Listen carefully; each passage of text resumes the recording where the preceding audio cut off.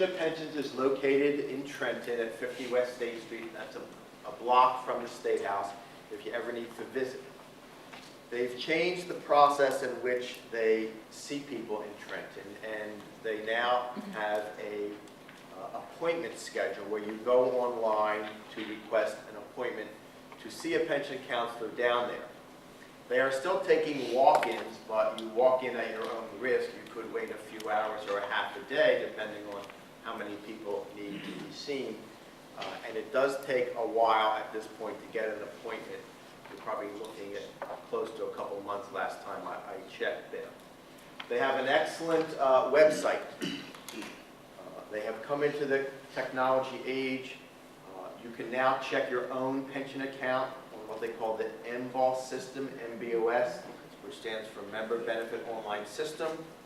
You must be logged on at this point now to request a pension loan, and you can do a variety of functions on that website. You can apply to retire, you can look at your own account, you can make changes in your application, many different functions. And if you haven't registered, I would recommend that you do become a registered member and visit the website.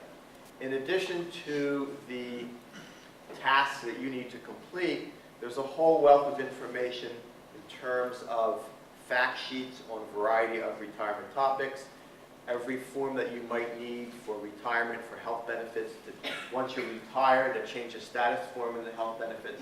So in your spare time, I'd recommend that you do check the website, and if you have specific questions, you can always email them and they will respond to your questions. We're going to start by talking about the different types of retirement. Everybody in this room today, you fall into one of those 6 categories of retirement: service, early, veteran, deferred, ordinary, and accidental disability retirement. Do we have any veterans in the room today? Anybody have veteran status? Okay. You all know that there have been reforms in New Jersey's pension fund, and that has established different retirement tiers, or tiers of membership. Tier 1 are those enrolled prior to July 1, 2007. Tier 2, those eligible for enrollment on or after July 1st, 2007, but before November 2nd, 2008. Tier 3, those eligible for enrollment on or after November 2nd, 2008. We now have, with the recent legislation that became effective on May 22nd, Tier 4, for new people enrolled after that date. The first type of retirement we'll talk about in detail is a service retirement. If you're in Tier 1 or 2, the minimum age under a service retirement is age 60. Tier 3 is age 62. Once you hit that age and qualify for a service retirement, there's no minimum amount of membership credit required to collect on your pension. If you meet that age and you had 8 years in the pension fund, you could collect on those 8 years according to the formula. If you had 15 years, 15 years. The benefit under the service retirement is your years of service in the system divided by 55 and multiplied by what they call the final average salary. There are enrollment requirements to get into the pension fund. There were requirements when you first enrolled. And in Tier 1, the minimum base salary was $500. There is an IRS maximum for pensionable contributions. Tier 2 was a minimum salary base of $500. And at that point, there became a cap on pensionable salary. And that was $106,800. That cap is tied to the Social Security contribution wage base. Originally, when enacted, it was $97,500. So those people in Tier 2, if they have a salary over the Social Security contribution rate, only up to that amount becomes pensionable under the formula that we see.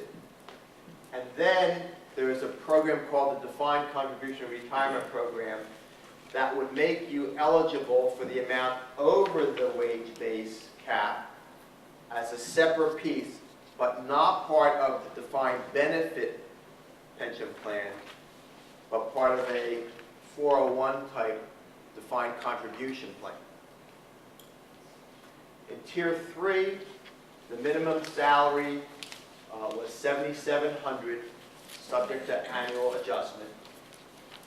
You had a base salary between $1,500 and the $7,700. You could be eligible to go into the defined contribution program. I told you about the Social Security cap, or the wage base, and the salary above that is eligible for that program. A few definitions we need to make clear. The first is salary, because in the formula it talks about your salary in calculating your pension. We're talking about your base salary in which your pension contributions were based. Now, people ask me, if I have longevity, is that pensionable? Longevity is included in that. I have a doctorate, I get a doctoral addition to my salary, is that pensionable? Those are considered pensionable. What it does not include is any money for extra pay, overtime, any money given in anticipation of your retirement. And it also does not include any additional salary for what they call temporary duties, extracurricular duties beyond the school day or the regular school year.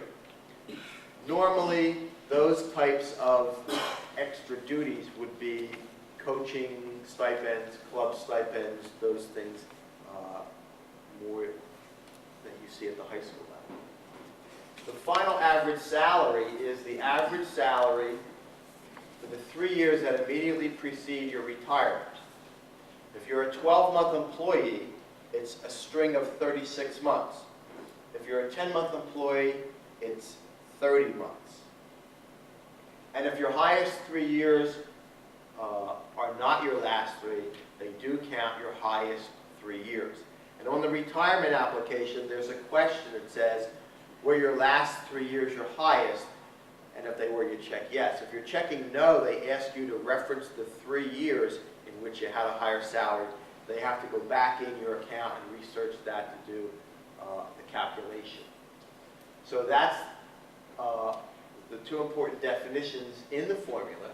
So to calculate the maximum allowance option for your pension, we would take years divided by 55 times the final average salary to determine the maximum option allowance. If we use the example of a member has 35 years in the pension fund, we take 35 divided by 55. And if we use an example of $100,000 as the final average salary, that would come out to 63.6% times that $100,000 final average salary. So the maximum option pension would be $63,636 a year.